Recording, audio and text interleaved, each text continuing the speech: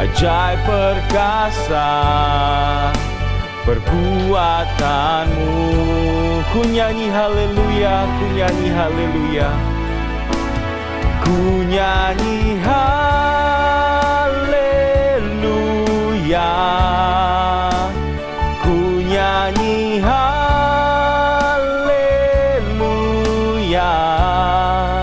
Sungguh kau hebat, ajaib perkasa perbuatanmu.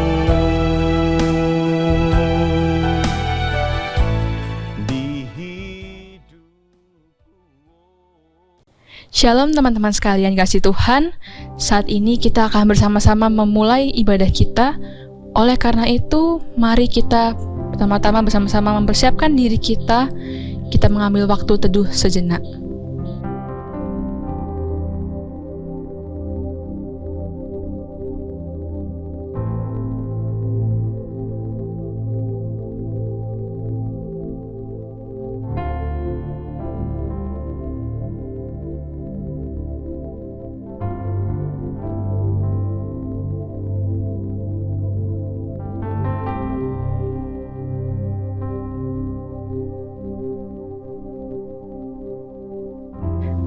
Teman-teman, silakan bangkit berdiri.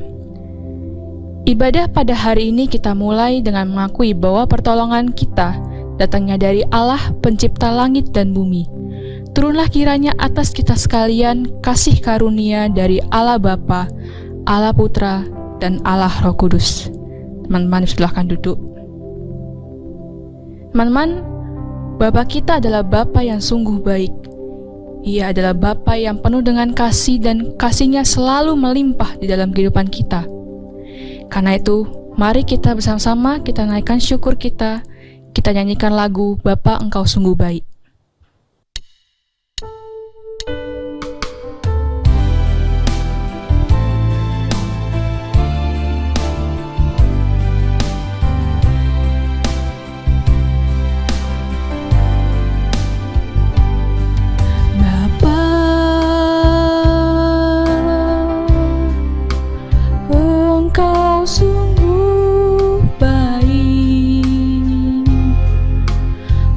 Kasih-Mu melimpah di hidupku.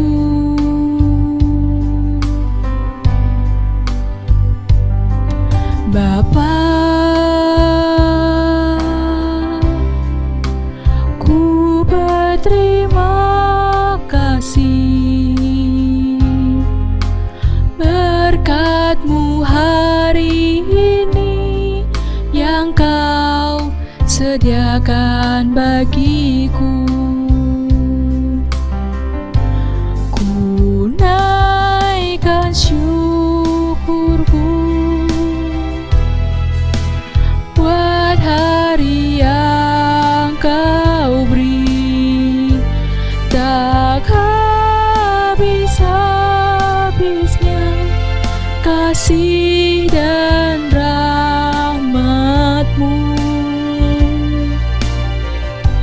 selalu baru dan tak pernah terlambat pertolongan-Mu, besar setia-Mu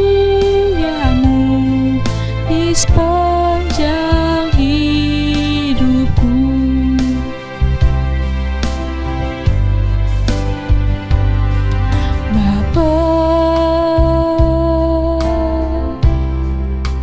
Engkau sungguh baik, kasih-Mu melimpah di hidupku.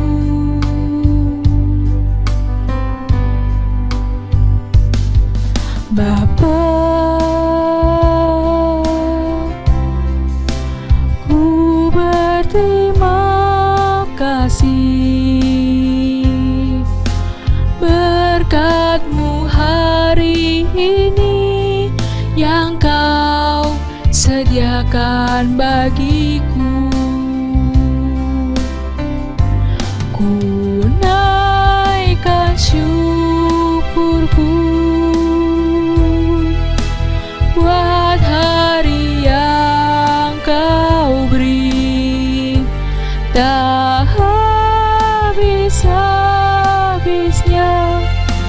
kasih dan rahmat-Mu selalu baru dan tak pernah terlambat. Pertolongan-Mu besar setia-Mu di sepanjang hidupku. Teman-teman, saat ini saya ingin mengajak teman-teman sekalian untuk sama-sama berdoa mengucap syukur kepada Tuhan. Kita bersyukur teman-teman karena kita masih bisa saat ini bersama-sama berkumpul untuk beribadah kepada Tuhan. Kita juga bersyukur saat ini kita masih diberikan kesempatan untuk hidup untuk sampai saat ini. Kita juga bersyukur untuk kesehatan yang diberikan untuk keluarga, papa, mama, adik, kakak, saudara-saudara lainnya yang ada. Kita bersyukur untuk kasih karunia Tuhan yang boleh ada di dalam hidup kita hingga saat ini. Ya Tuhan kami yang di surga, kami mengucap syukur Tuhan untuk segala anugerah yang boleh Kau tunjukkan kepada hidup diri kami hingga saat ini. Kami bersyukur Tuhan untuk keluarga, untuk tetangga, untuk saudara, untuk teman-teman yang boleh ada di sisi kami saat ini Tuhan. Kami juga bersyukur Tuhan untuk kesempatan untuk kami hidup hingga saat ini, untuk kesehatan, untuk nafas yang Kau berikan hingga saat ini. Kami bersyukur juga Tuhan bahwa pada saat ini kami bisa sama-sama bersatu hati, berkumpul untuk memuji dan mendengarkan firman-Mu. Siapkan hati kami Tuhan. Inilah doa kami yang kami naikkan di dalam nama Tuhan Yesus. Amin. Mari teman-teman kita sama-sama membaca satu ayat dari Yohanes 6 ayat 35. Kata Yesus kepada mereka, "Akulah roti hidup. Barang siapa datang kepadaku, ia tidak akan lapar lagi. Dan barang siapa percaya kepadaku, ia tidak akan haus lagi." Mari teman-teman dengan bangkit berdiri, kita sama-sama kita membacakan hukum yang telah Tuhan berikan kepada setiap kita. Hukum yang terutama, kasihilah Tuhan Allahmu dengan segenap hatimu, dan dengan segenap jiwamu, dan dengan segenap akal budimu. Itulah hukum yang terutama dan yang pertama. Dan hukum yang kedua, yang sama dengan itu ialah, kasihilah sesamamu manusia seperti dirimu sendiri. Pada kedua hukum inilah tergantung seluruh hukum Taurat dan kitab para nabi. Mari teman-teman, kita mau kembali menaikkan syukur kita. Mari dengan hati yang penuh sukacita, dengan hati penuh rasa syukur, kita panjatkan rasa syukur kita nyanyikan lagu Datanglah ke Bait-Nya.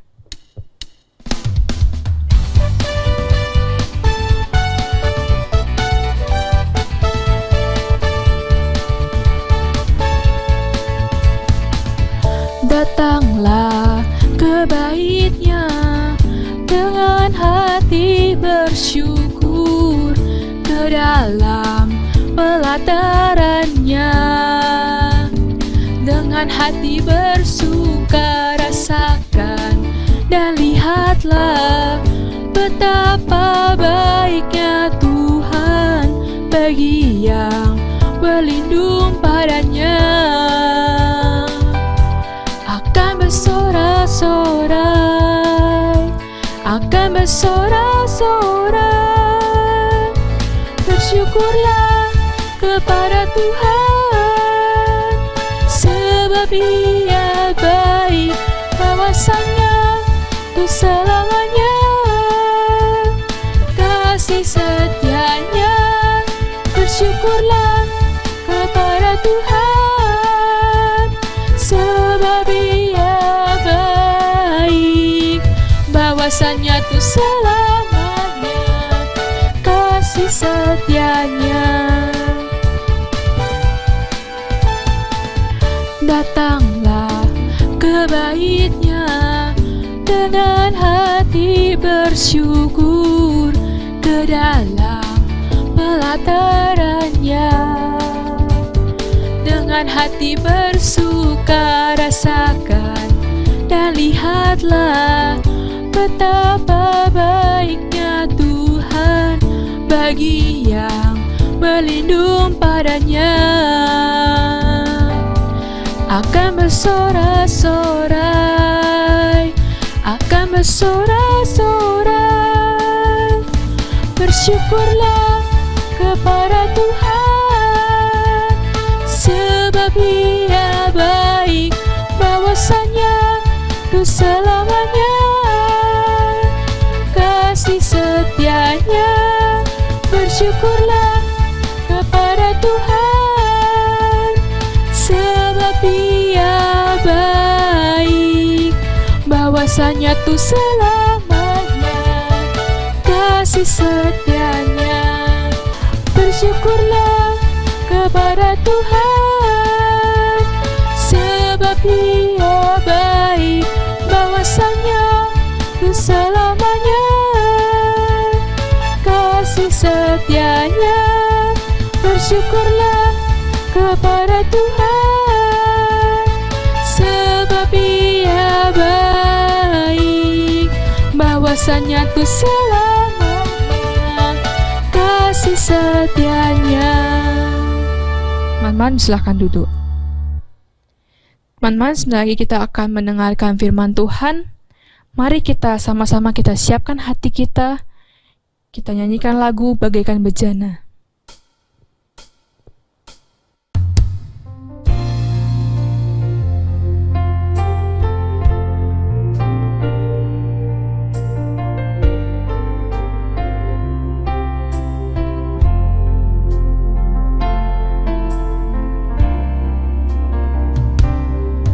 Bagaikan bejana siap dibentuk, demikian hidupku di tangan-Mu.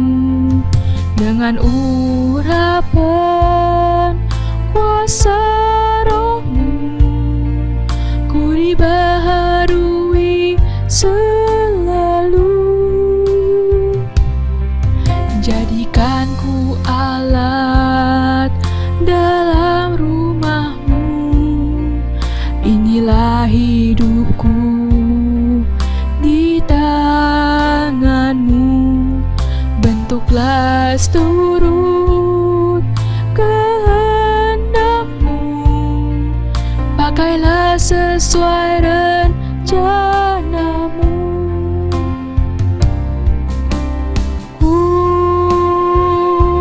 Seperti-Mu Yesus, disempurnakan selalu dalam segenap jalanku, memuliakan nama-Mu.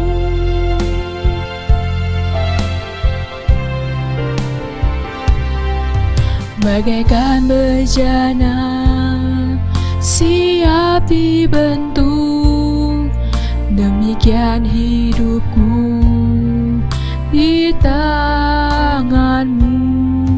Dengan urapan kuasa Roh-Mu, ku dibaharui selalu. Jadikan ku alat dalam rumah-Mu, inilah hidupku di tangan-Mu. Bentuklah seturut kehendak-Mu, pakailah sesuai rencana-Mu. Ku seperti-Mu Yesus, disempurnakan selalu dalam segenap jalanku, memuliakan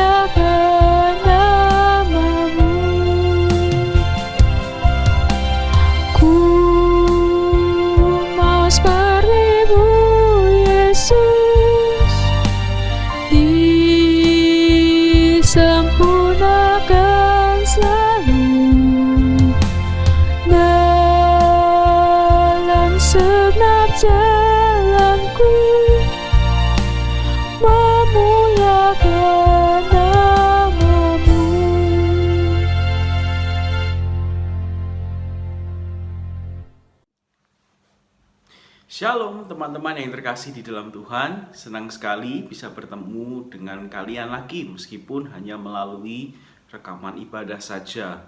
Teman-teman yang terkasih, saat ini mari kita mendengarkan firman Tuhan. Namun sebelum itu mari kita berdoa. Tuhan, terima kasih untuk kesempatan yang Tuhan beri sehingga kami boleh mendengarkan firman-Mu. Tuhan, kami menyerahkan pemberitaan firman ini ke dalam tangan-Mu. Biarlah kiranya Engkau sendiri Allah yang boleh menolong kami untuk mengerti kebenaran firman Tuhan ini. Terima kasih ya Tuhan, di dalam nama Yesus kami berdoa dan mengucap syukur.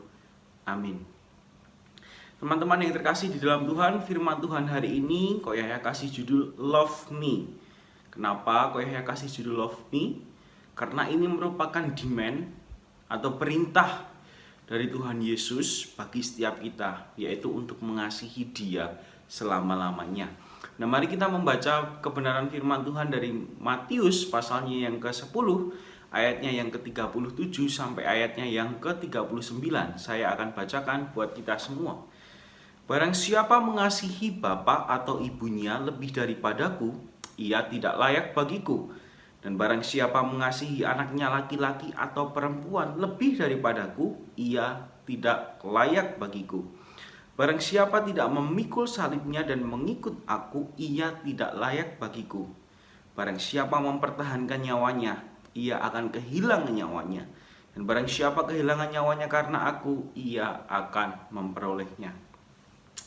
Teman-teman yang terkasih di dalam Tuhan, kalau kita membaca bagian firman Tuhan ini, maka di usia kita yang masih muda, apalagi kalian ya, maka kita akan menemukan bahwa bagian ini cukup susah untuk dimengerti. Kenapa?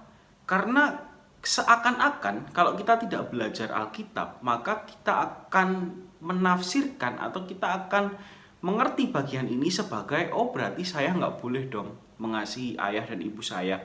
Terlebih lagi, di dalam ayatnya yang ke-34 sampai 35 bahwa dikatakan demikian.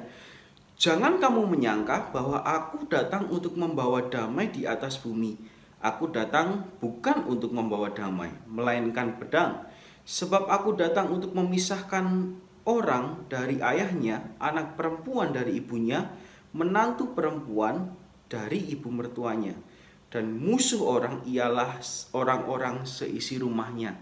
Nah teman-teman yang terkasih, kalau kita membaca bagian ini tanpa kita belajar Alkitab, maka kemudian kita akan memahami bagian ini sebagai bagian yang dalam tanda kutip cukup mengerikan. Kenapa Ko Yahya bisa bilang mengerikan? Karena ternyata di sini Tuhan itu menyuruh kita membenci orang-orang yang ada di sekeliling kita.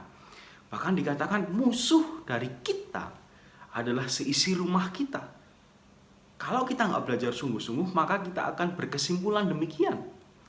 Tapi teman-teman, apakah benar itu kesimpulannya?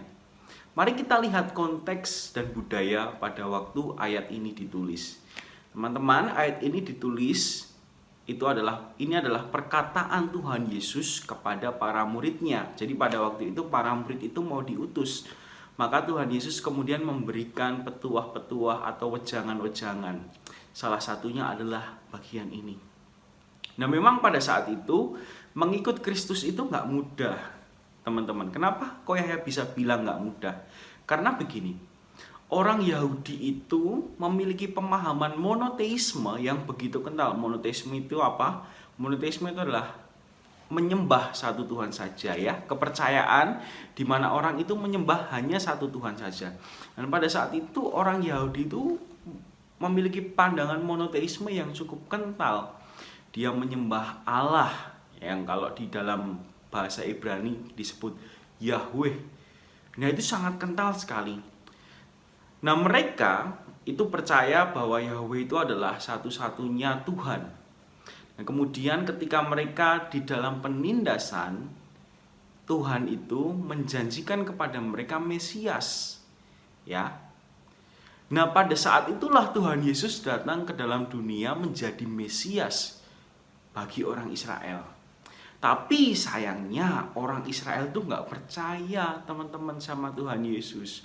Orang Israel itu malah mengolok-olok Tuhan Yesus, menyudutkan Tuhan Yesus. Bahkan kita tahu orang Israel itu menyalibkan Tuhan Yesus. Tapi gini, nggak semua orang Israel itu nggak percaya sama Tuhan Yesus. Ada orang-orang yang kemudian menjadi percaya kepada Tuhan Yesus dan memberikan dirinya untuk mengikut Tuhan. Salah satunya adalah ke-12 murid ini. Nah, disinilah letak problematikanya. Ternyata pada waktu itu mengikut Tuhan Yesus itu nggak gampang. Ada orang-orang yang kemudian diusir dari keluarganya. Ada orang-orang yang kemudian bahkan dilaporkan kepada mahkamah agama supaya orang ini yang mengikut Tuhan Yesus, anggota keluarganya sendiri loh padahal, itu dimasukkan ke dalam penjara, bahkan ada yang sampai dibunuh gara-gara imannya kepada Tuhan Yesus. Nah, sampai di sini maka kita melihat bahwa ayat ini ternyata bukan mengajarkan orang untuk membenci keluarganya. Tetapi Tuhan Yesus ingin bahwa para murid ini mencintai Tuhan Yesus dengan sungguh-sungguh. Meskipun dia diancam akan ditinggalkan seluruh keluarganya, dia harus tetap mencintai Tuhan Yesus dengan sungguh-sungguh. Bahkan kita melihat di sini ada 3 hal ya yang Tuhan Yesus ingin kita tinggalkan. Yang pertama, Tuhan itu ingin kita mengasihi Dia lebih daripada apapun. Kasih kita kepada Tuhan Yesus harus jauh melebihi kasih yang kita berikan kepada hal-hal yang lain. Misalnya di ayat 37, Tuhan Yesus berkata bahwa kita itu harus mengasihi Tuhan lebih daripada kita itu mengasihi Bapa atau Ibu kita. Lalu di ayat yang ke-38 dikatakan kita itu harus memikul salib kita kalau kita mau dengan sungguh-sungguh mengasihi Tuhan. Dan di ayat ke-39 dikatakan kita itu harus mengasihi Tuhan daripada kita mengasihi nyawa kita sendiri. Karena di sana dikatakan barang siapa mempertahankan nyawanya, ia akan kehilangan nyawanya. Nah, teman-teman yang terkasih di dalam Tuhan, kenapa kok kasih kita kepada Tuhan Yesus itu harus jauh lebih besar daripada kasih kita kepada hal yang lain? Jawabannya cuma sederhana, karena Yesus itu mau mati buat kita. Teman-teman ingat loh, kita ini semua adalah orang yang sudah jatuh di dalam dosa. Upah dosa itu apa? Upah dosa itu maut. Maka harusnya kita adalah orang-orang yang dimurkai Allah, masuk ke dalam neraka. Tapi Tuhan Yesus datang dan Dia menyelamatkan kita. Caranya gimana? Ya, Dia memberikan nyawanya buat kita. Inilah alasan mengapa kita harus mengasihi Tuhan Yesus jauh lebih besar daripada kasih kita kepada hal-hal yang lain. Teman-teman yang terkasih di dalam Tuhan, hanya Tuhan Yesus saja yang layak menerima kasih kita. Nah, pertanyaannya kemudian adalah, apakah kalau kita mengasihi Tuhan Yesus, kita tuh nggak boleh mengasihi hal yang lain? Kayak misalnya mengasihi ayah kita, mengasihi ibu kita, mengasihi saudara-saudara kita. Kalau kita mengasihi Tuhan Yesus, maka kita juga harus mengasihi sesama kita dengan kasih Kristus yang ada di dalam hati kita. Itu yang Tuhan mau. Kayak ulangi ya, kita harus mengasihi sesama kita dengan kasih Kristus yang ada di dalam hati kita. Maksudnya apa? Teman-teman, ketika kita belajar mengasihi Tuhan Yesus, maka hati kita itu penuh dengan kasih Kristus. Ya, misalnya kalian contoh ketika kita bersaat teduh, ketika kita berdoa kepada Tuhan dengan sungguh-sungguh, maka kemudian kita akan merasakan bahwa ada kasih Tuhan di dalam hati kita. Kita ada di dalam masalah, misalnya kita datang kepada Tuhan, maka kita akan merasakan ada kasih Tuhan di dalam hati kita. Kasih itu kalau kita sungguh-sungguh intim dengan Tuhan, maka kasih itu akan semakin hari semakin meluap. Dan ketika kasih itu sudah penuh di dalam diri kita, maka kita harus mengasihi orang lain dengan kasih Tuhan Yesus yang ada di dalam diri kita. Makanya kan ada lagu sekolah minggu ya yang berkata, ku kasihi kau dengan kasih Tuhan. Ada kan? Ku kasihi kau dengan kasih Tuhan. Maksudnya itu. Loh, apa bedanya kasih Tuhan dengan kasih kita? Teman-teman, kasih Tuhan itu adalah kasih yang tidak egois. Tidak mementingkan diri sendiri. Kalau kasih kita, kasih manusia itu kasih yang egois. Ambil contoh begini. Kalau kita mengasihi mama kita kayak gitu dengan kasih manusia, maka kita akan mengharapkan imbalan, bukan? Mah, sini aku pijitin. Tapi minta uang jajan ya. Tapi kalau kita belajar mengasihi dengan kasih Tuhan, maka kasih itu kasih yang tidak egois. Tidak minta apa-apa. Seperti Tuhan Yesus ketika dia mati di atas kayu salib menebus dosa kita. Dia nggak egois, teman-teman. Kasih Tuhan itu kasih yang tidak egois. Kalau kita mengasihi orang lain dengan kasih Tuhan, maka tidak ada keegoisan di sana. Kita akan mengasihi dengan benar-benar tulus. Itu bedanya kasih kita dengan kasih Tuhan. Nah, teman-teman yang terkasih di dalam Tuhan, mari hari ini kita belajar dua hal. Tadi sudah kita baca ya di dalam litani. Yang pertama, kita harus mengasihi Tuhan dengan segenap keberadaan kita. Yang kedua, mari kita mengasihi sesama itu dengan kasih Tuhan yang ada di dalam diri kita. Meskipun sebagai anak-anak tunas remaja mungkin terlihat susah ya. Kita masih kecil dan masih pengen terus-menerus diperhatikan, tapi ayo belajar mengasihi Tuhan dan mengasihi sesama kita. Melalui bagian firman Tuhan ini, Koyahya tegaskan lagi bahwa Tuhan Yesus tidak sedang membuat permusuhan di dunia ini. Dia tidak sedang mengajarkan kita untuk membenci orang-orang di seisi rumah kita. Tetapi sebaliknya, Tuhan ingin kita mengasihi Tuhan lebih daripada apapun.